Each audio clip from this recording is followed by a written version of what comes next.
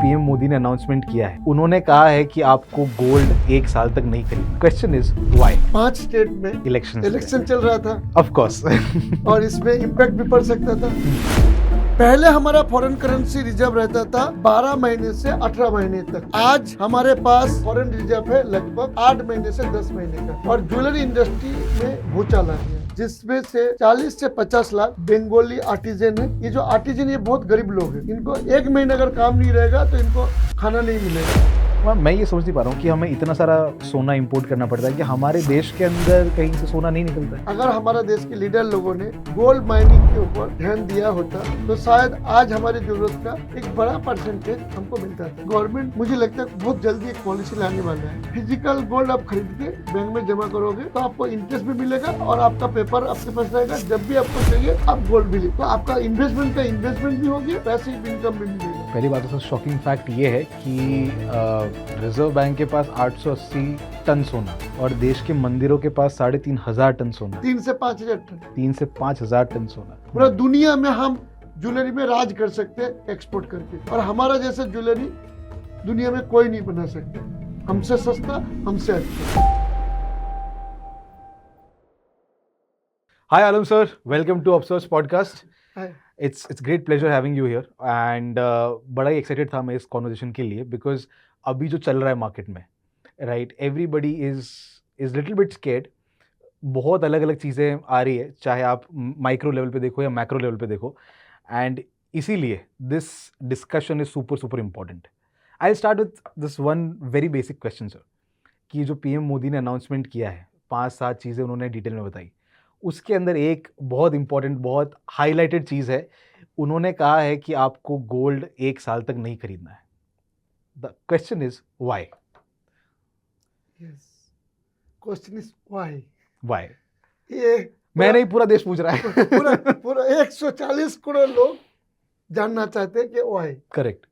तो मैं बोलूंगा लास्ट तक बने रहिएगा, सबको आंसर मिल जाएगा। परफेक्ट। व्हाई? तो शुरू से शुरू करते हैं। हाँ। ओके, तो अंश जी, क्या है कि हमारा देश में बहुत सारा चीज़ हम उत्पादन करते हैं और बहुत सारा चीज़ हम विदेश से मंगाते हैं। करेक्ट। आप तो जानते होंगे, बहुत सारे लोग आपके दर्शक भी जानते होंगे, जिसको हम जो चीज़ हम डेली रोजमर्रा की जिंदगी में यूज़ करते हैं, जो हमारे ज़रूरत की चीज़ है, उसको हम क्या बोलते हैं? एसेंशियल। करेक्ट। और जो हम यूज तो करते हैं, खरीदते हैं, बट जो जिनके बिना हम जी भी सकते हैं, उसको हम क्या बोलते हैं? Non essential. करेक्ट। तो गोल्ड कौन सा है? नॉन एसेंशियल होना चाहिए। Yes, gold, silver and diamond is non essential. Correct. तो अभी मोदी जी ने जो अनाउंसमेंट किया कि गोल्ड मत खरीदो, मैं इसमें चौंकाया नहीं। मेरे को ज़्यादा मैं सरप्राइज नहीं हुआ, क्योंकि मुझे लग रहा था कि ये 2-3 महीने पहले ये अनाउंसमेंट होना चाहिए था। रियली? यस, बट क्योंकि 5 स्टेट में इलेक्शन चल रहा था, ऑफ कोर्स और इसमें इम्पैक्ट भी पड़ सकता था, और शायद मोदी जी देख रहे थे और अच्छे से अपने टीम से बात कर रहे थे, सिचुएशन को कंट्रोल किया जाए, तो शायद कंट्रोल नहीं हो पाया। तब जाके मजबूरी में ये अनाउंसमेंट करना पड़ा। बट यहाँ पे एक छोटा सा करेक्शन करना चाहिए था कि अगर ज्वेलरी इंडस्ट्री के एक्सपर्ट से सलाह मशुरा करके, ज्वेलरी इंडस्ट्री के लीडर लोगों का ओपिनियन लेके कुछ पॉलिसी बना के अगर ये अनाउंसमेंट किया होता, तो क्या आम लोगों में जो कंफ्यूजन पैदा हुआ, आम लोग आज कंफ्यूज है, वो करे तो क्या करे? करेक्ट। ज्वेलरी खरीदे ना खरीदे, गोल्ड खरीदे ना खरीदे, खरीदे तो कैसे खरीदे? और ज्वेलरी इंडस्ट्री में एक पैनिकनेस जो तैयार हुआ, वो करे तो क्या करे? ये शायद नहीं होता। तो कोई बात नहीं, पॉलिसी नहीं बना, प्रॉपर प्लानिंग नहीं हुआ, बट मेरे को लगता है कि मोदी जी ने जो किया वो देश हित में किया। मैं इसके लिए विरोध नहीं करूंगा। मैं खाली आज बोलूंगा कि क्यों किया वो सबको जानना जरूरी है, और मेरे ख्याल से सब अगर जान लेंगे तो सब मेरे जैसे सबको यही राय रहेगा कि मोदी जी ने जो किया वो सही किया। तो तो यहाँ पे क्या है कि पहले हमको जानना पड़ेगा कि हमारा जो फॉरेन करेंसी रिजर्व रहता है ना, जिससे हम बाहर से इंपोर्ट करते हैं, पहले हमारा फॉरेन करेंसी रिजर्व रहता था 12 महीने से 18 महीने तक का। करेक्ट। मतलब 1 साल से 1.5 साल का हमारा फॉरेन रिजर्व रहता था। सबको शॉकिंग लगेगा, आज हमारे पास फॉरेन रिजर्व है लगभग 8 महीने से 10 महीने का। ये वही बात हो गया कि आपका घर का खर्चा 1 महीने का 1 लाख रुपया, बट आपका जेब में है 50,000 रुपया। घर कैसे चलाओगे यार? करेक्ट। देश तो एक घर की तरह ही है ना। करेक्ट। घर कैसे चलाएंगे? तो यहाँ पे मेरा ये भी मैं आपके दर्शक को बताना चाहूंगा कि ये सिचुएशन हुआ क्यों। तो पहले हम लोग जो एक्सपोर्ट इंपोर्ट करते थे, पहले क्या था, हमारा अगर हम 100 रुपये एक्सपोर्ट करते थे, करेक्ट, तो उनके सामने हम 125 से 140 रुपये का हमारा इंपोर्ट होता था। फिजिकल डेफिसिट होता था, बट वो अलग कहीं ना कहीं से कवर हो जाता था। ओके। आज क्या है कि ऑयल का प्राइस बढ़ने से, नेचुरल गैस का प्राइस बढ़ने से, और लास्ट 1.5 साल से गोल्ड का प्राइस बढ़ने से, आज हमारा जो इंपोर्ट और एक्सपोर्ट है, अगर हम 100 रुपये एक्सपोर्ट कर रहे हैं तो सामने 170 रुपये से 200 रुपये का हम इंपोर्ट कर रहे हैं। करेक्ट। तो हमारा फिजिकल डेफिसिट काफ़ी बढ़ गया है। इसीलिए फॉरेन रिजर्व जो है हमारा वो काफ़ी कम हो चुका है। तो अभी इस सिचुएशन में हमारा जो एसेंशियल चीज़ है उसको तो जरूरत है, उसको तो मंगाना पड़ेगा। करेक्ट। अभी एसेंशियल चीज में क्या है कि ऑयल एंड गैस, जिसके बिना गाड़ी नहीं चलेगा, खाना नहीं बनेगा। उसके बाद आता है हमारा consumable product. Consumable product means जो mobile, TV, AC and others, बहुत सारा चीज हम विदेश से मंगाते हैं। करेक्ट। कुकिंग ऑयल हम विदेश से मंगाते हैं। उसके छोड़ के हमारा जो देश का जो मैन्युफैक्चरिंग है, उसमें जो मशीनरी यूज होता है, इक्विपमेंट यूज होता है, वो भी कहीं ना कहीं हमको बहुत सारा इंपोर्टेड मशीन हमको मंगाना पड़ता है। करेक्ट। क्योंकि हमारे देश में आज बहुत अच्छे अच्छे मशीन नहीं बनते जिसमें हम प्रोडक्शन, हाई लेवल प्रोडक्शन कर सकते हैं। राइट। तो अगर हम मशीन नहीं मंगाएंगे तो देश का अच्छा प्रोडक्शन कैसे होगा? इसको छोड़ के हम फर्टिलाइजर भी मंगाते विदेश से। करेक्ट। अच्छा, फर्टिलाइजर नहीं मंगाएंगे तो हमारा देश का किसान जो है वो खेती कैसे करेगा? अभी आया भी था कि बिकॉज क्रूड ऑयल का रेस्ट्रिक्शन है, तो urea is basically a petrochemical product, तो उसके वजह से भी हो सकता है इस साल प्रोडक्शन और कम हो जाए। I get your point sir. ये मुझे समझ में आता है कि हमें एसेंशियल्स तो इंपोर्ट करने ही पड़ेंगे। एंड जब हम इंपोर्ट्स की बात करते हैं, crude oil is one of the biggest imports जो हम हमारे पूरा ओवरऑल इंपोर्ट्स के अंदर करते हैं। बट गोल्ड कितना ही पार्ट है उस ओवरऑल इंपोर्ट का? यस, देखिए फर्टिलाइजर में एक स्टोरी बता दूं मैं कि अगर फर्टिलाइजर अगर हम इंपोर्ट नहीं करते तो अगर हम एग्रीकल्चर में हम दूसरे संसाधन यूज करते हैं तो उसमें हमारा देश का जो अनाज उत्पादन है वो कम हो सकता है। हाँ। तो हमें फर्टिलाइजर इंपोर्ट करना ही पड़ेगा।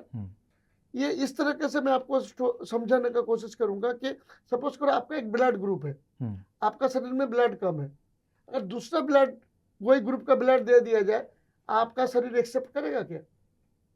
मे बी नॉट। नहीं, of course not. Yes, of course not. ऐसे ही हमारा देश के जो मिट्टी है, उसका जो सॉइल्ड है, उस सॉइल्ड को एक्सेप्ट कर लिए उन्होंने फर्टिलाइजर को।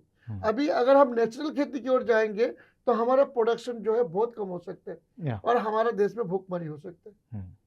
ये पहले भी हो चुका है हमारे देश में, और हम श्रीलंका में भी ये देख चुके कि उन्होंने नेचुरल फार्मिंग की ओर कोशिश किए थे, जिसकी वजह से वहाँ पे पूरा फूड क्राइसिस हो गया था। ये छोड़ के हमारा देश में एक बड़ी जरूरत है डिफेंस सामग्री, जो कि हम बाहर से इंपोर्ट करते हैं। इसके लिए बहुत बड़े आकार में फॉरेन करेंसी हमको खर्चा करना पड़ता है करेक्ट। इनपुट के लिए। अभी आते हैं आपका मेन क्वेश्चन पे कि गोल्ड हम कितना इंपोर्ट कर रहे हैं, यही तो आप जानना चाहते थे। गोल्ड हम इंपोर्ट करते हैं आज के दिन में लास्ट ईयर का $72 बिलियन का। Okay, 72 billion. 72 बिलियन और 12 बिलियन का सिल्वर और 10 बिलियन का डायमंड। ओके, ये बहुत बड़े फॉरेन करेंसी है। मतलब लगभग 100 बिलियन के आसपास आप हम प्रेशियस मेटल्स और नॉन एसेंशियल हम इंपोर्ट कर रहे थे।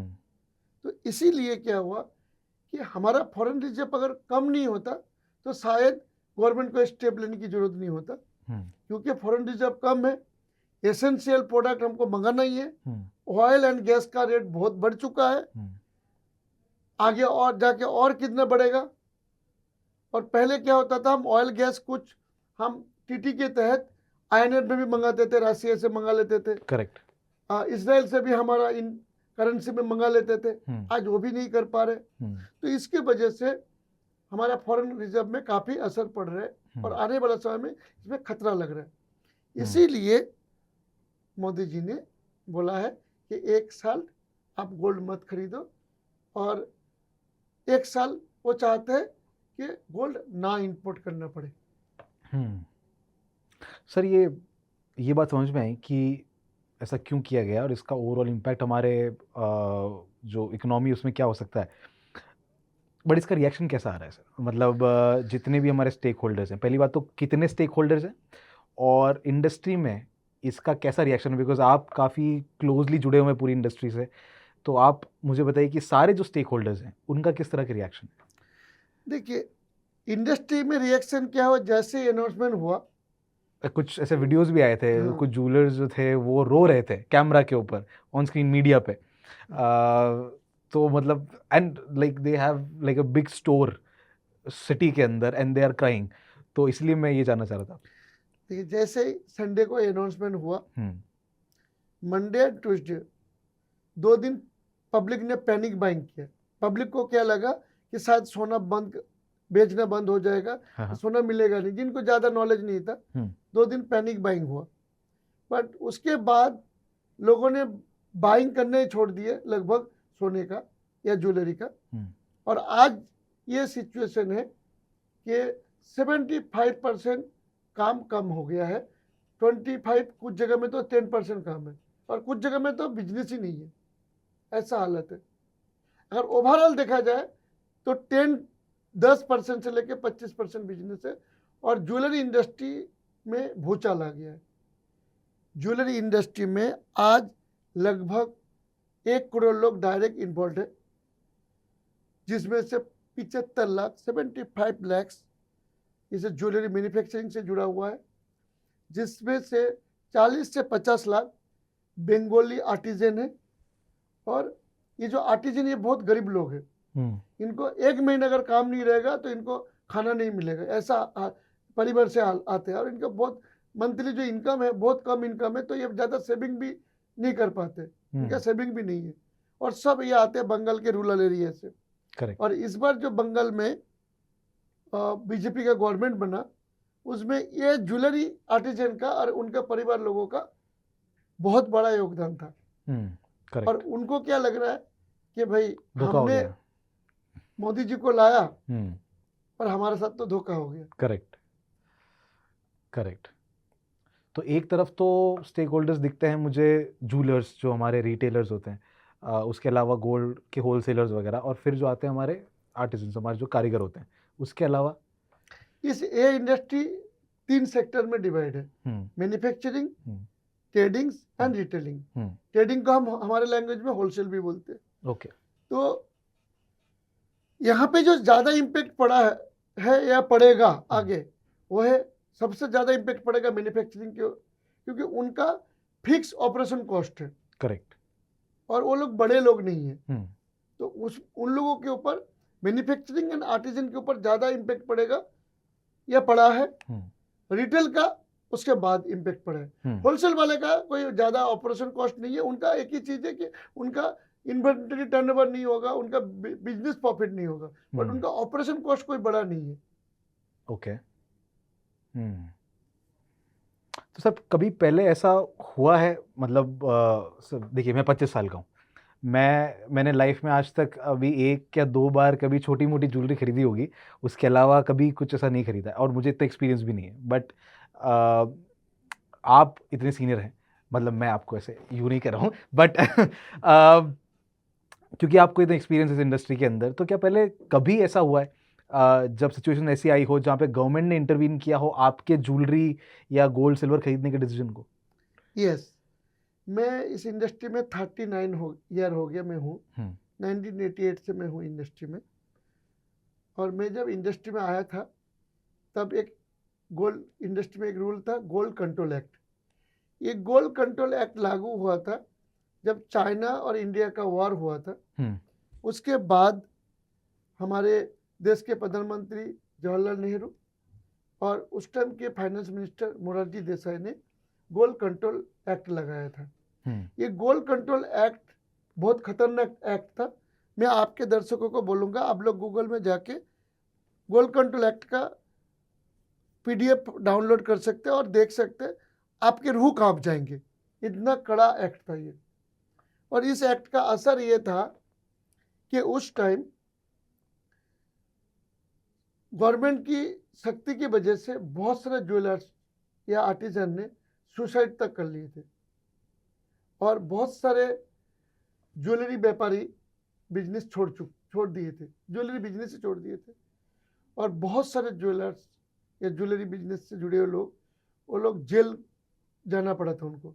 उस टाइम इंस्पेक्टर राज बहुत कायम हो गया था और उस टाइम गोल्ड बेचने पे पाबंदी था, स्टॉक करने में पाबंदी था, इंपोर्ट करने में पाबंदी था। और उस टाइम जितने भी ज्वेलरी बिजनेस होते थे सारे शिफ्ट हो गए थे स्मगलिंग पे और नंबर 2 में। अब जो पुराने फिल्म वगैरह देखते हैं ना, जिसमें दिखाते हैं गोल्ड स्मगलिंग, वो ईटे, हाँ, स्मगलर, मोनास, डार्लिंग, सोनालिक, करेक्ट। वो सब उसी दौर की कहानी है। हाजी मुस्तान, ये दाऊद, ये सब वही गोल्ड कंट्रोल एक्ट के जमाने में पैदा हुआ स्मगलर। तो गोल्ड कंट्रोल एक्ट जो था हमारे ज्वेलरी इंडस्ट्री के काले अध्याय है। और उस टाइम आपने एक फिल्म देखा था अक्षय कुमार का स्पेशल 26, जो नकली ऑफिसर बन के आके किसी दुकान से सोना उठा के लेके चला जाता है। करेक्ट। उस टाइम वो रियल स्टोरी है, ऐसा होता था उस टाइम। इंस्पेक्टर राज इतना कड़ा था कि कोई भी आके अगर डॉक्यूमेंट सही नहीं है तो उसका सोना पूरा सीज होता था और उसको सीधा जेल भेजा जाता था, कोई सुनवाई नहीं होता था। तो गोल्ड कंट्रोल एक्ट, हम तो भगवान से दुआ करते हैं कि दोबारा किसी ज्वेलर्स को ये ना देखना पड़े। तो जब वॉर खत्म हुई तो वो भी वापस सरकार ने रिवोक कर दिया होगा, राइट? नहीं, वो काफी लंबा चला। ओके। 1962 से 1990 तक चला। मैंने 2 साल देखा है, 1988 से 90 30 तक। साल तक? हाँ, लगभग 28-30 साल। ओके। काफी लंबा चला। और तब क्या था, गवर्नमेंट को रेवेन्यू ज्यादा मिलते नहीं थे गोल्ड इंडस्ट्री से। बट जिस एक चीज मैंने देखा उस दौर में, जिनको सोना खरीदना है वो खरीदता था, वो कैश में खरीदता था, बट खरीदता था। तो गवर्नमेंट ने बहुत कोशिश किया सोना ना खरीदो, ना बेचो, ना स्टोर करो, बट जिनको खरीदना है वो खरीदता था।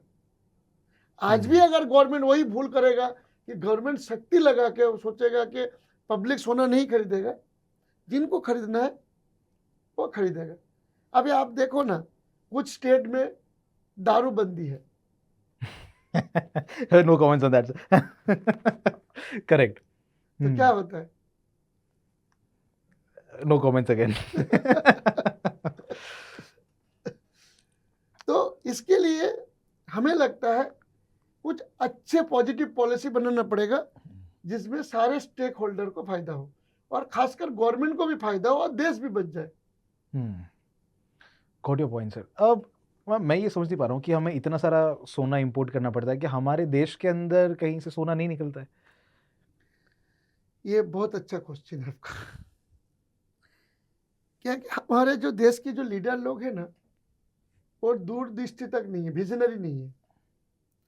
हो सकता है हमारे देश में काफ़ी माइनिंग हो या है, बट हमारे देश में क्या हुआ कि माइनिंग करने के लिए जो स्टेप लेना चाहिए था, हमारा देश के जो लीडर है वो लोग ने कभी लिया नहीं। अगर हमारा देश के लीडर लोगों ने गोल्ड माइनिंग के ऊपर ध्यान दिया होता तो शायद आज हमारी ज़रूरत का एक बड़ा परसेंटेज सोना हम अपने देश से हमको मिलता था। ओके। अभी कुछ दिन पहले एक न्यूज़ आया कि चाइना ने पाताल में जाके गोल्ड ढूंढ लिया। हम्म। हमारा देश में भी सोना है, बट सोना ना माइनिंग ढूंढा गया। अगर थोड़ा बहुत ढूंढा गया तो उसको सही ढंग से इम्प्लीमेंट नहीं किया गया माइनिंग को। इसके लिए मैक्सिमम सोना हमें बाहर से मंगाना पड़ता है। बट सर मैं एक चीज़ और नहीं समझ पाता हूँ यहाँ पे कि जो आर्टिशंस हैं उनका मुझे समझ में आता है, जो सोने के बिजनेस में है, उनका समझ में आता है, बाकी ये हल्ला क्यों मचा हुआ है? मतलब आज की डेट में आप कहते हैं कि 40 से 50 करोड़ लोगों को फ्री में राशन बट रहा है, राइट? देश में इतने लोग पॉवर्टी लाइन के नीचे हैं, अनएम्प्लॉयमेंट फैल रही है, लोग इंस्टाग्राम के ऊपर, आई एम नॉट श्योर इतना आप एक्टिव हैं या नहीं, लोग रील बना रहे हैं कि हमारे पास कपड़े खरीदने के पैसे नहीं, हम गोल्ड खरीदने का क्या ही करेंगे, राइट? तो फिर ये इतना हो हल्ला क्यों हो रहा है? मतलब बहुत छोटी ऐसी पॉपुलेशन है जो गोल्ड एक्चुअली खरीद सकती है, गोल्ड सोचने, बहुत छोटी ऐसी पॉपुलेशन है जो गोल्ड खरीद सकती है या खरीदने का सोच रही है, राइट? तो फिर ये मतलब what are we actually missing out on? देखिए, मेरा बिजनेस हेडक्वार्टर साउथ इंडिया है। इंडिया में जितने भी ज्वेलरी बिकता है उसका 50% ज्वेलरी साउथ इंडिया में बिकता है। करेक्ट। तो इंडियन मेंटलिटी क्या है कि वो जो भी इनकम करते हैं उसके बाद जो भी बचत करते हैं उसको इन्वेस्ट करते हैं। इन्वेस्टमेंट में इंडियन लोगों के पास 3-4 तरीके हैं। गोल्ड है, सिल्वर है, रियल एस्टेट है, बैंकिंग सेक्टर है और अपने शेयर मार्केट है। शेयर मार्केट में अलग अलग, कोई म्यूचुअल करेगा, कोई शेयर खरीदेगा, वो अलग अलग तरीके से इन्वेस्टमेंट करते हैं। सबकी अपने अपनी चॉइस होते हैं कि वो कहाँ पे इन्वेस्ट करेगा। लास्ट कुछ सालों में गोल्ड जैसे रिटर्न दिया है, किसी भी इन्वेस्टमेंट में इतना रिटर्न नहीं दिया है। ठीक है। और गोल्ड को इंडियन लोग आज नहीं, सदियों से बिलीव करते हैं और गोल्ड लॉन्ग टर्म में रिटर्न अच्छा ही देता है। कभी गोल्ड कभी किसी को धोखा दिया नहीं और दुनिया का ये कॉमन करेंसी भी है। अगर पूरे दुनिया का अगर कोई कॉमन करेंसी देखा जाए तो गोल्ड ही एकमात्र है कॉमन करेंसी, बाकी सब पेपर करेंसी है। ठीक बात। तो इसीलिए आप सोच रहे हैं कि लोगों के पास पैसा नहीं है। मैं बोलता हूँ इंडिया में 5% लोगों के पास भरपूर पैसा है। बराबर। ये 5% भी कोई छोटा तादाद नहीं है। हाँ, करेक्ट। 140 से 45 करोड़ की हमारी आबादी है। 7 करोड़ तो ये लोग ही हो गए। तो ये लोग के पास भरपूर पैसा है और भरपूर इनकम भी है। आज हमारे देश में एक टाइम था कि एम्बेसडर खरीदने के लोगों के पास पैसा नहीं हुआ करता था। आज कोई 10-20 करोड़ का गाड़ी भी खरीदने के लिए सोचता नहीं है। करेक्ट। तो लोग, इंडिया में पैसा नहीं है ऐसा नहीं है, लोगों के पास पैसा है। अभी चॉइस है कि कौन कहाँ पे यूज करेगा। Got it. बट जैसे सिल्वर है तो सिल्वर का हमारे पास इंडस्ट्रियल यूज है, ठीक है ना? गोल्ड का यूज ज्वेलरी और स्टोर ऑफ वैल्यू के अलावा और क्या आप देखते हैं? गोल्ड का भी थोड़ा बहुत इंडस्ट्रियल यूज होता है बट बहुत लिमिटेड है। मैक्सिमम जो होता है ज्वेलरी और इन्वेस्टमेंट पर्पस में gold coin and gold Boolean bar. Correct. यही यूज है गोल्ड में। ये दो यूज है, राइट? तो अगर हम एक साल ना भी खरीदें, जैसा कि ऑनरेबल प्राइम मिनिस्टर ने कहा है, I don't get the hype behind that's. पूरा ये रीजन ही इसका ये कि मैं वो हाइप नहीं समझ पा रहा हूँ ऑफ दैट्स वन स्टेटमेंट। सो नहीं, आप बोलिए अगर एक साल गोल्ड नहीं खरीदते हैं, हाँ, ऑलरेडी इंडिया में इतना बेरोजगारी है, हाँ, ठीक है, लोगों के पास काम नहीं है, तो 1 करोड़ लोग कहाँ जाएंगे? उनको क्या काम मिलेगा? करेक्ट। उसमें से हो सकते हैं 2%, 3% या 5% तक लोग ऐसे हैं जो दूसरे जगह में स्विच कर सकते हैं। 95% के पास ज्वेलरी इंडस्ट्री छोड़ के कोई चारा नहीं, ऑप्शन नहीं होगा। बराबर। वो लोग क्या करेंगे? दूसरा, जिनको गोल्ड खरीदना है, ज्वेलरी इंडिया में एक इमोशन है। ट्रू। इंडिया में क्या ज्वेलरी बिना शादी हो सकता है? करेक्ट। क्या आप अपने गर्लफ्रेंड को बिना ज्वेलरी दे के आप पटा सकते हो? मम्मी है नहीं है मेरी, जस्ट एग्जाम्पल। तो तो तो यहाँ पे क्या है, अच्छे गिफ्ट किसी को अगर देना है तो भी ज्वेलरी है ना। करेक्ट। तो गिफ्ट देना या कोई भी, गोल्ड मतलब शुभ है, हाँ। या इन्वेस्टमेंट है, और गोल्ड के ऊपर इंडियन लोगों का एक इमोशन है। ट्रू। तो आप कैसे पब्लिक को दूर रख सकते हैं? इसमें से नहीं रख सकते आप, ज्वेलरी से इंडियन पब्लिक को नहीं रख सकते। और वो सुनेगा भी नहीं मोदी जी का। यहाँ थोड़ा टाइम असर रहेगा, बट जिनको खरीदना है वो खरीदेगा। अभी थोड़ा टाइम के लिए मोदी जी ने बोला है, मोदी जी को थोड़ा लोग मानते हैं काफी। थोड़ा टाइम के लिए असर रहेगा, बट मुझे नहीं लगता है कि लॉन्ग टर्म असर रहेगा। तो इसके लिए हमें ठोस कुछ कदम उठाना चाहिए कि हमारा देश भी बच जाए, पब्लिक का जो जरूरत है वो भी पूरा हो जाए, और इंडस्ट्री भी बच जाए। सर मैं सोल्यूशंस के ऊपर तो आऊँगा, डेफिनेटली आपसे सारे जो सोल्यूशंस हैं जिसको आपने आई थिंक पब्लिश भी किया है उनके बारे में हम डिटेल बात करेंगे। बट उससे पहले मैं जानना चाहता हूँ कि पब्लिक को क्या करना चाहिए इस केस के अंदर? देखिए, पब्लिक को ज्वेलरी खरीदना चाहिए। रियली? यस, 1 करोड़ लोगों का सवाल है। Public Okay. को ज्वेलरी खरीदना चाहिए, पर ज्वेलरी खरीदते वक्त थोड़ा देश हित में सोच के, कुछ मैं सजेशन दे रहा हूँ, उसको थोड़ा अगर वो ध्यान दे तो सही रहेगा। एक, आज हमारे देश में लगभग 35,000 से 40,000 टन सोना है। कितना? 40,000 टन। 40,000 टन। दुनिया में सबसे ज्यादा गोल्ड अगर कहीं पे है तो हमारा देश में, जिसमें से लगभग 22,500 से 25,000 टन ज्वेलरी ऐसा है कि लोग यूज कर रहे हैं, और 5 से 7,500 टन ऐसी ज्वेलरी हमारे घरों में पड़ा है जो यूज के लायक नहीं है, या नॉन यूजेबल है, या डैमेज है। और आज के दिन में 5 से 6,000 टन लोगों के पास बुलियन एंड कॉइन पड़ा है।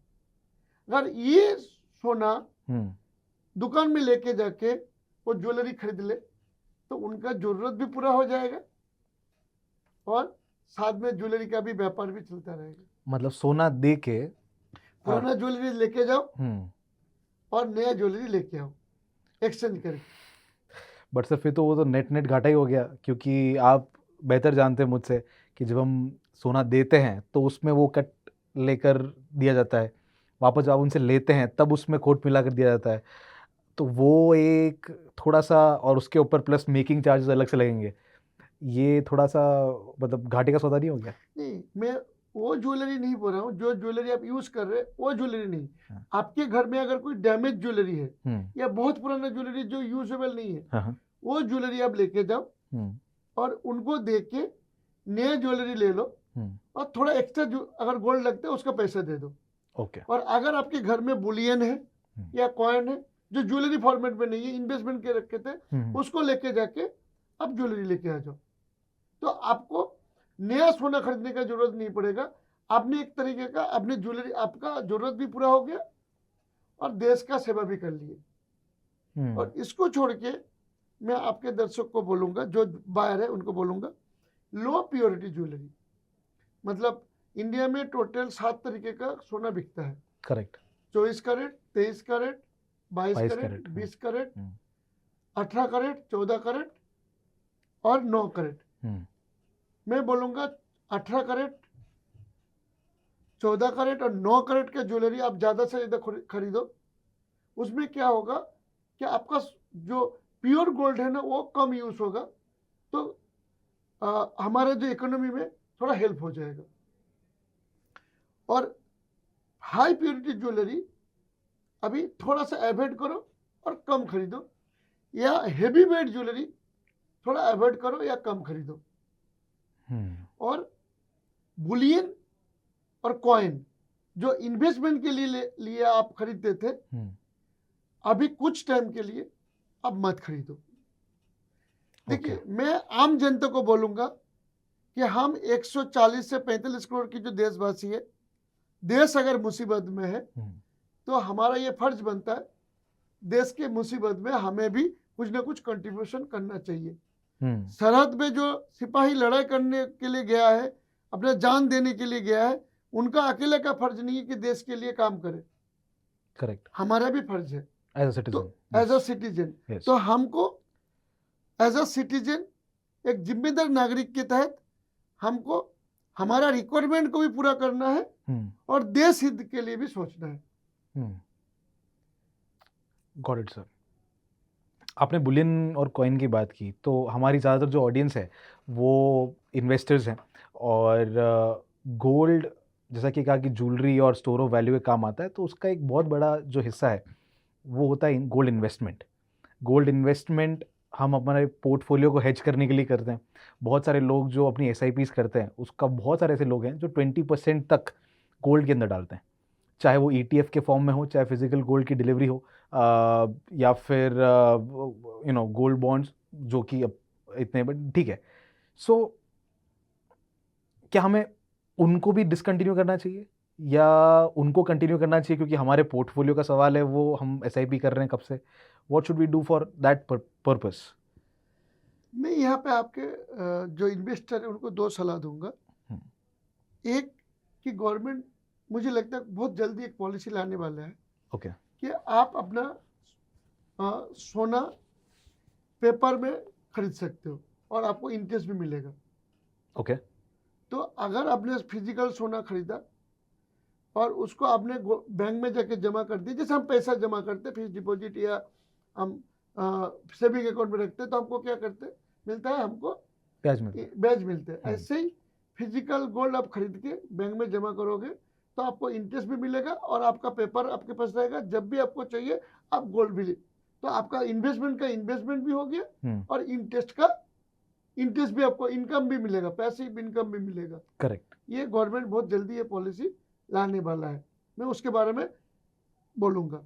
और दूसरा मैं बोलूंगा कि अगर कुछ टाइम के लिए कि अगर आपने कर सकते हो कि आप थोड़ा अपना इन्वेस्टमेंट को थोड़ा शिफ्ट कर सकते हो, तो करना चाहिए देश हित के लिए, जब तक ये पॉलिसी नहीं आता। जब तक नहीं आता पॉलिसी, बट आएगा, 100% आएगा। मेरा जहां तक गवर्नमेंट रिसोर्स से मेरा बात हुआ है, मैं जानता हूं ये आने वाला है, ऐसा बहुत सारे पॉलिसी आने वाला है। Got it. तो सर अब सोल्यूशन की बात करते हैं कि आपके हिसाब से what is the ideal way to deal with the situation. Government को आपकी क्या रिकमेंडेशंस है और हमारे लिए क्या रिकमेंडेशंस है? तो देखिए, मेरे पास कुछ सॉल्यूशन है जी। मैं उस सॉल्यूशन में जाने से पहले मैं बताना चाहूँगा कि इंडिया के टोटल गोल्ड का रिक्वायरमेंट कितना है। आज लगभग हम 700 से 800 टन गोल्ड इंपोर्ट करते हैं और हमारे घरेलू जो ओल्ड गोल्ड रिसाइकलिंग होता है वो करीबन 250 से 300 टन। तो लगभग हमारे देश की जो रिक्वायरमेंट है 1000 से 1100 टन का प्योर गोल्ड का रिक्वायरमेंट है। लगभग 1300 से 1350 टन का ज्वेलरी इंडिया में बिकता है। अब हम आते हैं सोल्यूशन के ऊपर। मेरा गवर्नमेंट से ये सजेशन है या मेरा ओपिनियन भी बोल सकते हैं कि गवर्नमेंट पहले एक वॉलंटरी डिस्क्लोजर स्कीम लाए, जो VDS स्कीम बोलते हैं। VDS स्कीम का मतलब है कि जैसे पहले हम घर पे पैसा होता था, हमारा ब्लैक मनी होता था। करेक्ट। हमने टैक्स बिना पे किया, हमारे पास कुछ ब्लैक मनी है। तो गवर्नमेंट ने पहले ऐसे 2-3 बार स्कीम लाया है कि आपके पास जो भी ब्लैक मनी है आप डिक्लेयर कर दो और आपका वो सारा व्हाइट हो जाएगा। करेक्ट। तो आज हमारे देश में बहुत अनअकाउंटेड गोल्ड है, ब्लैक गोल्ड है, जिन्होंने डिक्लेयर किया हुआ गोल्ड नहीं है। अगर गवर्नमेंट VDS स्कीम लाएगा तो क्या होगा, सारे लोग आगे बढ़ के डिक्लेयर करेगा कि मेरे पास इतना गोल्ड है। लोगों को डिक्लेयर कराना जरूरी है, ओके, तभी जाके वो गोल्ड ओपन मार्केट में आएगा। इसको छोड़ के हमारे देश में gold bond scheme Modi ji ने लाया था कुछ साल पहले, बट वो कुछ कारण से फेल हो गया था। ओके, गोल्ड बॉन्ड स्कीम को वापस दोबारा लाना चाहिए। अभी लोग सोचेंगे कि गोल्ड बॉन्ड स्कीम क्या है। गोल्ड बॉन्ड स्कीम ये है कि जैसे आप बैंक में पैसा रखते हो तो आपका पैसा रखने से आपको इंटरेस्ट मिलता है। अगर आपके घर में 10 लाख रुपए पड़ा है और आपने तिजोरी में रख दिया, क्या आपको कुछ फायदा होगा? नहीं। अगर वही पैसा आपने बैंक में फिक्स डिपॉजिट कर दिए तो आपका पैसा का पैसा रह गया, करेक्ट, आपका इंटरेस्ट भी मिलेगा और वो आपका पैसा देश का इकोनॉमी में सर्कुलेशन में आ जाएगा। करेक्ट। तो यही सोच के गवर्नमेंट ने गोल्ड बॉन्ड स्कीम लाए थे कि इंडिया में जो अनअकाउंटेड गोल्ड है या अनरिकॉर्ड जो रिक्वायरमेंट नहीं है जो गोल्ड की, उसको सर्कुलेशन में लाया जाए। ओके, बट इसमें क्या था, दो मिस्टेक हो गया। एक अवेयरनेस कैंपेनिंग सही ढंग से हुआ नहीं और एक उसका इंटरेस्ट बहुत कम था और दूसरा खाली बैंक में डिपॉजिट करने का लाइसेंस दिया गया था। ये कारण से ये स्कीम फेल हो गया। ओके, अभी इस स्कीम को अगर दोबारा लाया जाए थोड़ा इंटरेस्ट बढ़ा के, और इस बार डिपॉजिट के लिए बैंक के साथ साथ एनबीएफसी को और ज्वेलर्स को भी अगर लाइसेंस दिया जाए और हमारे मोदी जी जिसको पूरा देश सुनता है वो अच्छे से इसको कैंपेनिंग करे, तो मेरे ख्याल से आज हमारा देश में लगभग जो 15,000 टन सोना जो नॉन यूजेबल सोना है, जो यूज नहीं हो रहा है, ओके, जिसमें से 5 से 7,500 टन ज्वेलरी ऐसा जो डैमेज है, पुराना है, 5 से 6,000 ton bullion and coin format में इन्वेस्टमेंट पड़ा है और 3 से 5,000 टन मंदिर और ट्रस्ट में पड़ा है। तो लगभग 15,000 टन सोना जो यूज में नहीं आ रहा है और जरूरत भी नहीं, ये सोने को हम सर्कुलेशन में ला सकते हैं। अगर ये सोना सर्कुलेशन में आ गया तो हमारा देश का नेक्स्ट 10 साल का जरूरत 75% पूरा हो जाएगा, 25% हो सकता है हमको इंपोर्ट करना पड़े। और तीसरा चीज क्या है कि ये सारे पॉलिसी लाने में, इंप्लीमेंट करने में थोड़ा तो टाइम लगेगा। तब तक क्या किया जाए? अभी हमारे फॉरेन करेंसी तो ज्यादा नहीं है तो हम गोल्ड तो इंपोर्ट कर नहीं सकते ज्यादा, बट यहाँ पे एक सॉल्यूशन है। हमारा देश के रिजर्व बैंक में लगभग 880 टन सोना पड़ा है और इस सोने को स्टोर करने के लिए भी एक खर्चा करना पड़ रहा है। मेरा रिक्वेस्ट है कि रिजर्व बैंक का जो सोना है 880 टन, उसको अगर बैंक के जरिए सर्कुलेशन में लाया जाए तो अभी इमीडिएट जो हमारा रिक्वायरमेंट का डिमांड है वो पूरा हो सकता है। हमें बाहर से सोना मंगाने का जरूरत नहीं है। पहली बात तो शॉकिंग फैक्ट ये है कि रिजर्व बैंक के पास 880 टन सोना और देश के मंदिरों के पास 3,500 टन सोना, 3 से 5,000 टन, 3 से 5,000 टन सोना। It shows the strength of our मंदिर्स सबसे पहले तो। बट 3 सोल्यूशन बताया आपने। एक तो सबसे पहले तो आपने बताया वीडीएस के बारे में, दूसरा आपने जो gold monitoring, monetization, gold bond scheme, हाँ, गोल्ड मोनेटाइज स्कीम, और तीसरा यूजिंग द रिजर्व बैंक की जो रिजर्व्स हैं उसको। इनके अलावा और कुछ सजेशंस या कोई सॉल्यूशंस? यस, इसके अलावा गवर्नमेंट को कुछ कड़े स्टेप लेने पड़ेंगे। ओके, कड़े स्टेप मीन्स जैसे बुलियन एंड कॉइन सेल के ऊपर गवर्नमेंट को रोक लगा देना चाहिए। इन्वेस्टमेंट पर्पस में जो आज गोल्ड खरीदते हैं, इसमें ज्वेलर्स का कोई फायदा नहीं है, ज्वेलरी इंडस्ट्री को कोई बूस्ट नहीं होता। It's an investing channel sir. Invest, ये जब गवर्नमेंट वीडियो स्कीम लेके आ जाएंगे, हाँ, और ऑफ कोर्स फिर आपने कहा कि उसके बाद हम तब करो ना, तब करो। True. हाँ, तुरंत के लिए ये इमीडिएट, बिकॉज जैसे हम इमीडिएट कुछ स्टेप लेते हैं ना, तो ये इमीडिएट स्टेप के लिए अभी ब्रीथिंग के लिए, गॉट इट, ब्रीथिंग के लिए हमको gold bullion and coin sale के ऊपर थोड़ा थोड़ा दिन के लिए हमको रोक लगाना चाहिए। ओके। दूसरा, हाई प्योरिटी ज्वेलरी को थोड़ा कम करने का कोशिश करना चाहिए, रोक लगाना चाहिए। और लो प्योरिटी ज्वेलरी को ज़्यादा प्रमोट करने की कोशिश करना चाहिए। पहले गोल्ड कंट्रोल एक्ट में था लो प्योरिटी ज्वेलरी उस टाइम अलाउ था बेचने का, हाई प्योरिटी ज्वेलरी अलाउ नहीं था बेचना। और हेवी वेट ज्वेलरी को भी थोड़ा रोक लगाना चाहिए, ताकि अपना आम कंज्यूमर जो है हाई वॉल्यूम ज्वेलरी ना खरीद सके, जरूरत की ज्वेलरी खरीद सके। इसको छोड़ के गवर्नमेंट को मैं इंडस्ट्री को बचाने के लिए मेरा सजेशन रहेगा कि जो इंडिया क्या है, ज्वेलरी एक्सपोर्ट में आज के दिन में नंबर 1 है। और दुनिया का सबसे अच्छा ज्वेलरी इंडिया बनाता है। करेक्ट। और सबसे सस्ता ज्वेलरी भी इंडिया बनाता है। और एक टाइम में ज्वेलरी एक्सपोर्ट में हम नंबर 1 थे और हम राज कर रहे थे। एक्चुअली हम नंबर 1 नहीं था, हम राज कर रहे थे। बट लास्ट कुछ सालों में देखा गया कि चाइना काफी तेजी से हमको बीट कर रहा है। राइट। चाइना क्यों बीट कर रहा है? क्योंकि चाइना के गवर्नमेंट ने बहुत अच्छे पॉलिसी बनाया और वहां पे ज्वेलरी मैन्युफैक्चरिंग के लिए काफी उन्होंने इंसेंटिव स्कीम चलाया, जिसके वजह से वो लोग हमसे आगे बढ़ गए।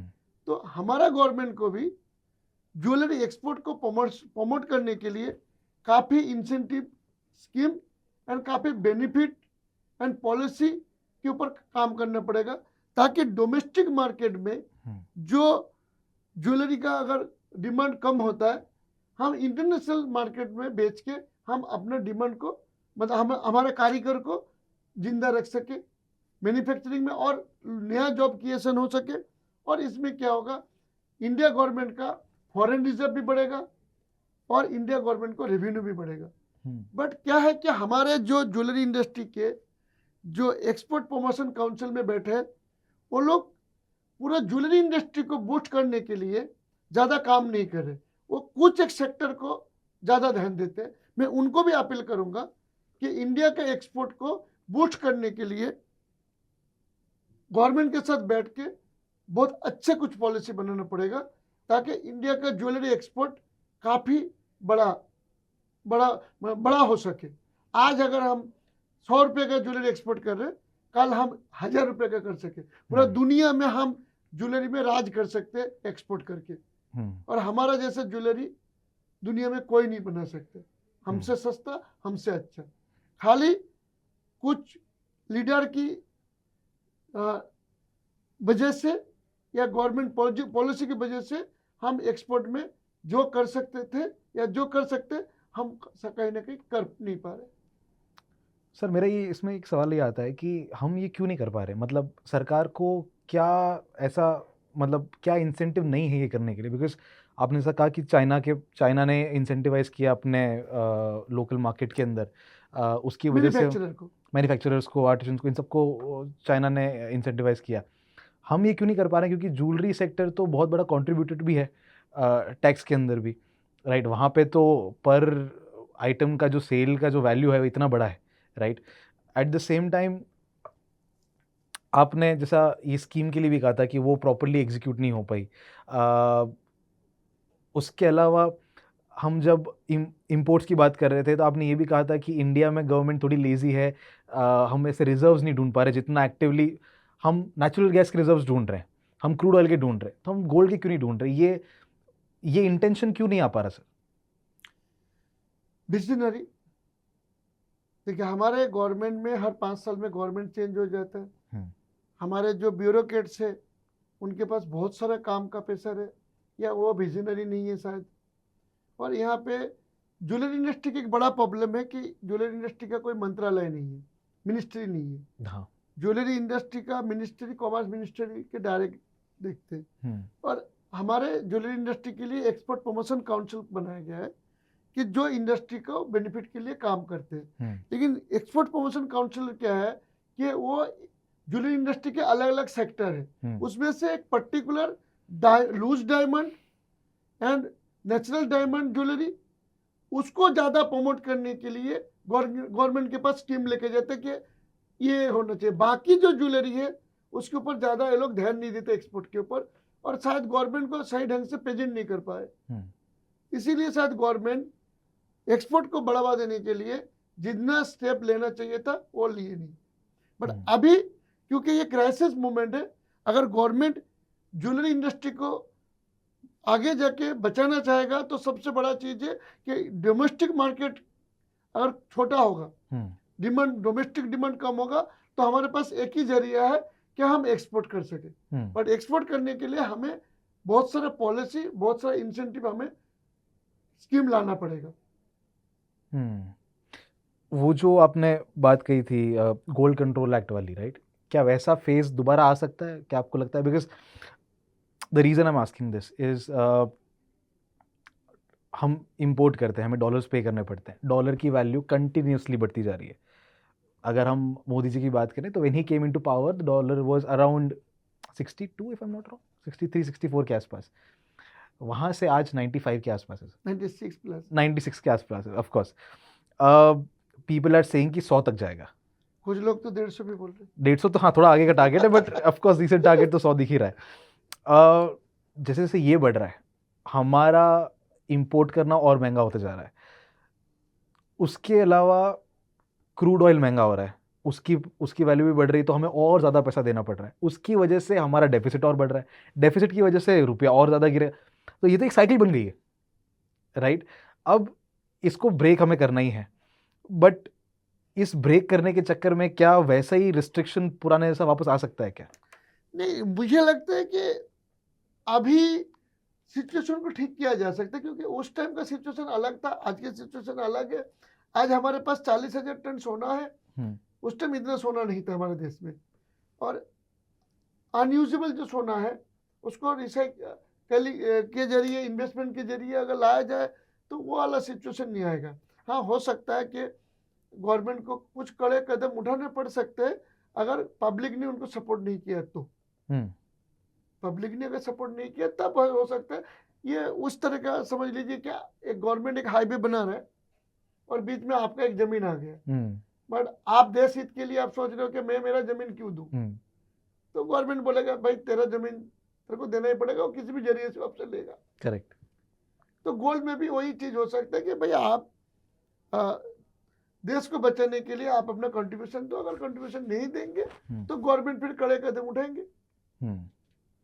Got your point. अब ये जो क्राइसिस है सर, वॉर चल रहा है, ठीक है, उसकी वजह से ये क्राइसिस आया है, एक मोटा मोटा ऊपर से तो ये दिखता है, तो जैसे ये वॉर खत्म होगा ये क्राइसिस हमारे लिए खत्म हो जाएगा, या फिर ऐसा आपने कहा था कि लास्ट स्कीम 30 सालों तक चली थी, राइट, एंड हमने ये चीज़ देखी हुई, आपने कहा कि gold is a great value, great investment.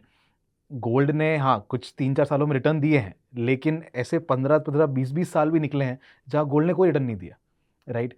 तो are we looking at that kind of time अभी आते वक्त, क्योंकि ऑलरेडी एक अच्छी रैली तो आ चुकी है? देखिए, अभी मेरे को जो लग रहा है कि शॉर्ट टर्म में सोना थोड़ा नीचे आएगा, क्योंकि क्रूड ऑयल और गैस, नेचुरल गैस का प्राइस बढ़ रहा है, दुनिया का इकोनॉमी में भी थोड़ा इशू है जी, तो अभी मुझे लग रहा है कि थोड़ा सोने का दाम शॉर्ट टर्म में थोड़ा नीचे आ सकता है या स्टेबल रह सकता है। लॉन्ग टर्म में मुझे सोना दिख रहा है कि 2.5 लाख से 3 लाख, यानी कि 2.5 करोड़ से 3 करोड़ का पर किलो गोल्ड दिखेगा लॉन्ग टर्म में, 5 से 7 साल के अंदर। 5 से 7 साल के अंदर तो गोल्ड लॉन्ग टर्म में काफी तेजी है। इसका कारण भी है। कारण क्या है कि जिस तरीके से अमेरिका ने बिहेवियर किया लास्ट कुछ सालों में, दुनिया का जितनी भी कंट्री है उनका जो अमेरिका के ऊपर एक ट्रस्ट था वो कहीं ना कहीं लूज हुआ है। डॉलर के ऊपर भी, डॉलर के ऊपर भी लूज हुआ है, अमेरिका के ऊपर भी लूज हुआ है। करेक्ट। तो राइट टाइम में क्या होगा, या तो डॉलर का कुछ रिप्लेस आएगा, और या तो लोग डॉलर का जो होल्डिंग है उसको कम करके थोड़ा गोल्ड होल्डिंग करेंगे। तो लोग जब डॉलर होल्डिंग कम करेंगे, गोल्ड होल्डिंग करेंगे, तो नेचुरली गोल्ड का दाम बढ़ना ही है। और आपने जो बोला कि ये कितना दिन तक चलेगा, तो मेरे ख्याल से देखिए कितना दिन चलेगा इसका प्रेडिक्शन करना थोड़ा मुश्किल है, क्योंकि रसिया यूक्रेन का वॉर क्या सिचुएशन होगा, कब बंद होगा, कोई मालूम नहीं है। Correct. America Israel Iran and gulf का जो टेंशन है इसका सोल्यूशन अभी दिख नहीं रहा है। करेक्ट। हार्मज पोलानी का ओपन होने का कुछ दिख नहीं रहा है। दुनिया में एक जियोपॉलिटिकल प्रॉब्लम चल रहा है, उसका भी सोल्यूशन नहीं दिख रहा है। दुनिया में एक इकोनॉमिक क्राइसिस है और आने वाला समय में इकोनॉमिक क्राइसिस ये बढ़ सकता है। Everybody is warning about it. Yes. तो बढ़ सकता है। तो इसलिए कब सिचुएशन नॉर्मल होगा आज यहाँ पे बैठ के प्रेडिक्शन करना थोड़ा मुश्किल है। ये सारे चीज एक आदमी की वजह से हुआ है, वो मिस्टर डोनाल्ड ट्रम्प पूरा दुनिया को हिला दिया है। ये एक सीख है कि कोई एक पागल आदमी को अगर आप टॉप लीडरशिप में बिठा देते हो तो उसका क्या हालत होता है, ये हम देख रहे हैं। इससे पहले हमने देखा है कि एक पागल था हिटलर, दुनिया को कितना कष्ट दिया है हम सबने देखा है। और ये दूसरा पागल आदमी एक बड़े ओहदे में चला गया। Some economists are very thinking very positive of Trump कुछ तरीके से। they are like कि he's doing the right thing just in a bold way. कुछ लोग बड़ा कवर करके करते हैं and he's like very bold about it. And वो कहते भी है कि whatever he is doing वो अमेरिका के लिए सही है, एंड वो अमेरिका का प्रेसिडेंट है, दुनिया का नहीं है, राइट? तो what's your view? I don't think, जैसा कि आपने कहा है, तो आई एम नॉट श्योर कि you are a big fan of Trump, तो यू थिंक कि अगर दूसरी पार्टी आई होती तो the situation would have been better? नहीं, अगर आपके कुछ लोग रहेंगे, दोस्त रहेंगे अमेरिका में, आप उनसे पूछिए। अमेरिका का लोग भी परेशान है उनसे। हम जिन लोगों ने उनको लाया था वो लोग भी आज नहीं चाहते कि डोनाल्ड ट्रम्प गद्दी में रहे। अमेरिका को परेशान कर दिया उन्होंने। Got it. So now sir, one final question. I know मैंने बहुत परेशान किया आपको अलग अलग चीज़ों पे क्वेश्चन पूछ के, बट आपने अपना गोल्ड का व्यू बताया, it is bullish in long term. आपने भी बताया कि it's very difficult to predict कि ये सब कब ख़त्म होगा। What should a retailer do and what should a person who is related to the industry do in today's time? दोनों के बताइए। देखिए, मेरे हिसाब से रिटेलर अभी काफ़ी सफ़र कर रहे हैं, उनको काफ़ी तकलीफ है, तो उनको मैं कुछ सजेशन देना चाहूँगा जी। एक सजेशन है कि पुराना ज्वेलरी को एक्सचेंज करके ज्वेलरी खरीदने के लिए उनको एक प्रमोशन एंड इंसेंटिव स्कीम चलाना चाहिए। ये ऑलरेडी कुछ रिटेलर ने शुरू कर दिया है ऑलरेडी। ये बहुत मास लेवल में होना चाहिए। ओके। दूसरा, 18, 14, 9 कैरेट का ज्वेलरी को प्रमोट करना चाहिए। हमारा इंडिया में लोगों का दिमाग में है कि हाई प्योरिटी ज्वेलरी मतलब अच्छा ज्वेलरी है, but low purity jewellery actually अच्छा ज्वेलरी है। लो प्योरिटी इंटरनेशनल स्टैंडर्ड में लो प्योरिटी ज्वेलरी ज्यादा बिकता है। बट सर, ज्वेलरी के लिए तो we have options of diamond, silver, तो उस पे क्यों नहीं जा रहे हम फिर? हमारे पास आजकल तो बहुत ट्रेंडी भी था, डायमंड्स आर फॉरएवर, तो आप सिल्वर की रिंग लेके डायमंड ऊपर लगा के अगर आपको गर्लफ्रेंड को प्रपोज करना है तो आप कर सकते हैं। डायमंड का रीसेल वैल्यू नहीं है ना, गोल्ड का रीसेल वैल्यू है। अच्छा, gold is one kind of the investment ना। गोल्ड इज ज्वेलरी का, गोल्ड का मतलब है आम का आम गुठलियों का दाम। करेक्ट, ठीक है। तो गोल्ड का रिसाइकलिंग वैल्यू है, बट क्योंकि इस समय हमारा देश इकोनॉमिक क्राइसिस में है, मतलब फॉरेन रिजर्व करेंसी क्राइसिस में है, तो हम कम गोल्ड यूज करके, प्योर गोल्ड यूज करके हम अपना ज्वेलरी बना सकते हैं लो प्योरिटी का। तो लो प्योरिटी ज्वेलरी को प्रमोट करना चाहिए। दूसरा, हाई प्योरिटी ज्वेलरी जो रिटेलर अपना इन्वेंटरी में रखते हैं उसको थोड़ा कम कर सकते हैं, या उसको कम प्रमोट करके कर सकते हैं, कम बेचने का कोशिश कर सकते हैं। हेवी वेट ज्वेलरी को थोड़ा कम बेचे या उसका इन्वेंटरी कम कर दे। इसको छोड़ के मैं रिटेलर को मैं रिक्वेस्ट करूंगा कि please don't sell gold bullion and coin. आप बुलियन एंड कॉइन बेचना बंद कर दो, ये देश हित में होगा। और कुछ लोगों ने बंद कर भी दिया है। मैं जब आपके साथ बैठा हूँ, मेरे पास जो इन्फॉर्मेशन है, कुछ लोगों ने बंद कर भी दिया है। ओके। इसको छोड़ के मैं रिटेलर को बोलूँगा, प्लीज़ आपने जो कस्टमर, आपके जो जानने वाले कस्टमर है ना, उनको बोलो कि भाई आपके पास अगर एक्स्ट्रा ज्वेलरी ऐसा पड़ा है जो यूज में नहीं है या डैमेज है उसको या तो ओपन मार्केट में बेच दो, या तो गवर्नमेंट का कोई डिपॉजिट स्कीम आता है उसमें डालने के लिए बोल दो, या तो कोई ज्वेलर्स को या आपके पास ही उसको लोन देने के लिए बोल दो, ताकि नॉन यूजेबल गोल्ड इंडिया का ज्वेलरी इंडस्ट्री में सर्कुलेशन में आ जाए। करेक्ट। और ये आप जानते हो कि कौन सा जो कितना सोना किसके पास है, एक रिटेलर ही जानते हैं कि किसके पास कितना सोना है। बराबर। तो इसमें आप एक अच्छा भूमिका पालन कर सकते हो, तो लोगों का घर का सोना निकलवाने के लिए। किसी ने 5 किलो सोना आपसे खरीद के लेके जाके घर पे रखा है, आप उसको बोल सकते भाई तुमने 5 किलो जो रखा था अभी राइट टाइम है देश के हित के लिए, वो सोने को या तो आप डिपॉजिट स्कीम में रख दो, या तो आप ओपन मार्केट में बेच दो। अभी सोना दाम बढ़ा हुआ है, शॉर्ट टर्म में सोना बढ़ने वाला नहीं है, उल्टे घटने वाला है। करेक्ट। तो बेच दो, या तो मेरे को लोन दे दे भाई। वो रिटेलर बोलते हैं मेरे को लोन दे दे, तो वो कंज्यूमर का फायदा क्या हो जाएगा, उनको इंटरेस्ट मिल जाएगा सोना का और सोना सर्कुलेशन में आ जाएगा। बराबर। इसको छोड़ के मेरे ख्याल से और एक सजेशन है मेरा, जो रिटेलर लोग है, पहले छोटे छोटे शोरूम हुआ करता था, अभी बड़े बड़े शोरूम होते। बराबर। तो अभी थोड़ा दिन के लिए शोरूम का साइज थोड़ा बड़ा से थोड़ा छोटा करना चाहिए। ओके।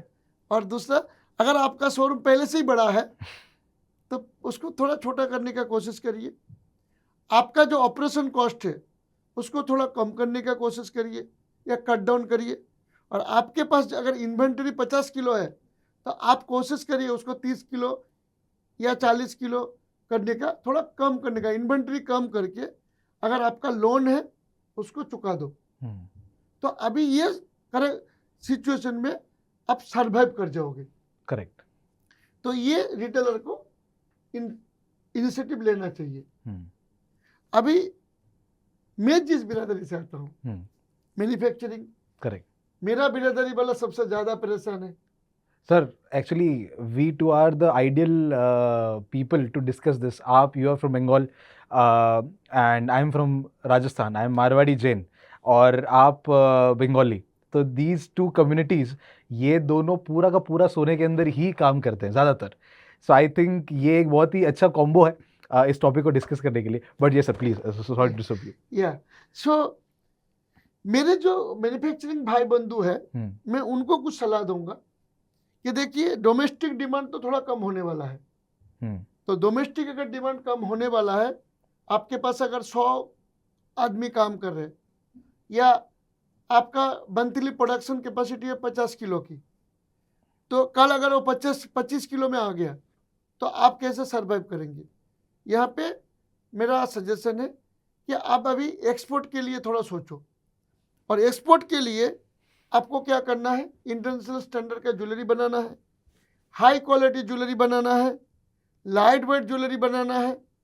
और एक्सपोर्ट के लिए आपको इमीडिएट एक्शन प्लानिंग बनाना चाहिए। दूसरा मैं बोलूँगा कि प्लीज़ थोड़ा अपना, अगर आप गोल्ड में हो तो थोड़ा शिफ्ट करने का कोशिश करो। आप सिल्वर ज्वेलरी के ऊपर भी थोड़ा फोकस करो। सिल्वर ज्वेलरी का मैन्युफैक्चरिंग देखा गया कि कुछ दिनों से काफ़ी अच्छा डिमांड है, इंडिया मार्केट में भी और इंटरनेशनल मार्केट में भी। तो सिल्वर ज्वेलरी मैन्युफैक्चरिंग करके आप इंडिया में भी बेचो और एक्सपोर्ट भी करो। तीसरा मैं बोलूँगा कि आर्टिफिशियल ज्वेलरी, या जिसको हम प्लेटेड ज्वेलरी बोलते हैं, 1 ग्राम और ये सारे, उसका डिमांड भी इंडिया में भी काफी तेजी से बढ़ रहा है। काफी अच्छा डिमांड है, उसका डिमांड कम नहीं है, उसका डिमांड उल्टा बढ़ रहा है। करेक्ट। और साथ में इंटरनेशनल में भी उसका काफी अच्छा डिमांड है। तो उसके ऊपर भी आप मैन्युफैक्चरिंग का सोच सकते हो या उसके ऊपर इनिशिएटिव ले लो। और एक चीज है lab grow diamond. Lab grow diamond का भी बहुत अच्छा फ्यूचर है, डोमेस्टिक भी और इंटरनेशनल भी। तो लैब ग्रो डायमंड के लिए भी आप थोड़ा अभी से प्लानिंग करो। बट ये सारे प्लानिंग में बोलूँगा, गवर्नमेंट पॉलिसी क्या क्या लाता है उसके ऊपर अब थोड़ा सा टाइम पेशेंस रखो। No panicness, no negative. मैं खुद भी नेगेटिव नहीं हूँ, मैं खुद भी पैनिक नहीं हूँ। मैं सोच रहा हूँ कि पहले गवर्नमेंट क्या इनिशिएटिव लेता है मैं देखूँगा, उसके बाद मेरा बिजनेस को मैं री इंजीनियरिंग करने के लिए जो जो स्टेप लेना चाहिए वो बैठ के pen and paper, fact and figure पूरा अच्छे से रिसर्च करके फिर मैं एक एक स्टेप लूँगा। उसमें मेरा पहला जो स्टेप है मैं आपको बोलूँगा सारे मैन्युफैक्चरिंग को कि इमीडिएट थोड़ा ऑपरेशन कॉस्ट मतलब खर्चा कम करने का कोशिश करो, क्योंकि ऑपरेशन कॉस्ट ही ऐसा चीज़ है जो आपको डुबो सकता है। तो इमीडिएट आप अटैक करो ऑपरेशन कॉस्ट। इसका मतलब ये नहीं कि आपके पास कारीगर जो है उसको छोड़ दो। मेरे पास जो 1500 से 2000 लोग हैं, मैंने आज तक या मैं आने वाला समय में भी एक भी कारीगर को छोड़ने वाला नहीं हूँ। हो सकता है मैं उनको बोलूँगा कि 1 साल के लिए हम सैलरी नहीं बढ़ाएंगे। हो सकता है हम उनको ये बोलेंगे कि भाई आपको जो सैलरी दे रहे थे उससे थोड़ा सा थोड़ा कम देंगे, बट जिन्होंने मेरा साथ सालों से दिया है मुझे, मैं उनको घर पे बिठा दूंगा, उनको वो तकलीफ में आएगा, उनको खाना नहीं मिलेगा, तो मेरे को ऐसा नहीं करना है, मैं नहीं करूंगा। और आपसे भी उम्मीद करो कि आप भी मत करो, क्योंकि आप अगर मैन्युफैक्चरर हो, मैन्युफैक्चरिंग में आप बड़े बिजनेस कर रहे हो, आपका कारीगर आपको बहुत दिन से साथ दिया है, आप ये तकलीफ के टाइम आप उनको अकेले मत छोड़ो, उनका साथ मत छोड़ो। Right sir, and I don't think there is a better way to end this discussion. आप सबको मैं ये चीज़ पूछना चाहता हूँ कि आपको कैसा लगा ये पूरा का पूरा डिस्कशन? आई मीन चाहे आप गोल्ड और ज्वेलरी इंडस्ट्री से किसी भी तरह से रिलेटेड है, चाहे आप एक इन्वेस्टर हैं, चाहे आप एक होने वाले दूल्हा दुल्हन है या उनके माँ बाप हैं, या फिर आप इस इंडस्ट्री से ताल्लुक़ रखते हैं, आप एक ट्रेडर हैं, आप मैन्युफैक्चरर हैं, आप आर्टिसन हैं, आई रियली फील कि इस डिस्कशन से आपको डेफिनेटली फ़ायदा हुआ होगा। एंड कैसा लगा पूरा ये डिस्कशन? हाँ, let us know in the comment section below. आपके अगर ऐसे कोई सवाल हैं जो हो सकता है हमसे छूट गए हों, वो भी हमें कमेंट्स में लिख के बताइए, and I think sir will definitely help us to answer all of them. एक काफ़ी डिटेल्ड गाइडलाइन हम सबको मिली है इस पूरे डिस्कशन के अंदर, so I hope you guys are really liking such kind of content, and हम मिलते हैं आपसे ऐसे ही अगले इन्फॉर्मेटिव कंटेंट के साथ। बट आई रियली होप कि गोल्ड से लेकर आपके जितने भी डाउट्स कन्फ्यूजन्स थे वो इस पॉडकास्ट में क्लियर हुए होंगे। एंड या thank you so much sir for being here once again and clearing all the doubts जो हमारे पास थे इन चीज़ों को लेकर। Thanks a lot for that. Thank you, आपने मुझे बुलाया और मुझे मेरा इंडस्ट्री के जो पैनिक है उनको कुछ बोलने का मौका मिला, और आपके इन्वेस्टर को कुछ बोलने का मौका मिला, और आम जनता को ये जो कंफ्यूजन है उनको क्लैरिटी करने का मौका मिला। इसके लिए thank you sir, it's our pleasure, and हम मिलते हैं आपसे ऐसे ही अगले इन्फॉर्मेटिव कंटेंट के साथ। Till then keep learning, keep trading and investing with Upsurge. See you guys in the next one. Thank you so much sir again, thank you so much.